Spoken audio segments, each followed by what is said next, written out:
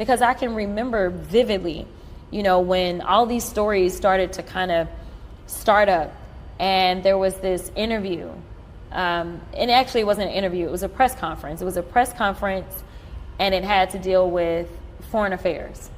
And, Joe Biden, anybody know anything about him, they know foreign affairs is like his wheelhouse. And he was so on point. Like, he understood, like, on a whole other level. And frankly, the rest of the world actually respected him. And it's not like, who the world is pissed off at? It wasn't Joe Biden. It's Donald Trump. When you have literally King Charles that's going off in Canada about Trump, when you have Canada, one of our close allies, that's going off about Trump, when you have Mexico, one of our close allies, that's going off about Trump. These are people that had an opportunity to interact with both.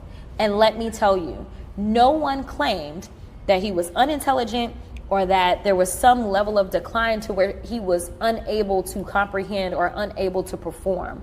That did not exist. And so the fact that we buy into these false narratives, the fact that we're even having this conversation when literally Joe Biden is not the president, and right now whatever harms that are going to be suffered by the American people have nothing to do with Joe Biden, because we didn't have to worry about the stock market crashing every other day when Joe Biden was in office. We didn't have to worry about whether or not people were going to have their Medicaid when Joe Biden was in office. We didn't have debates about whether or not people would have Social Security when Joe Biden was in office. So let me tell you, if Joe Biden was like mentally deficient in some way and he was still able to keep this sucker on the tracks, then give me a mentally deficient Joe Biden any given day over Donald Trump.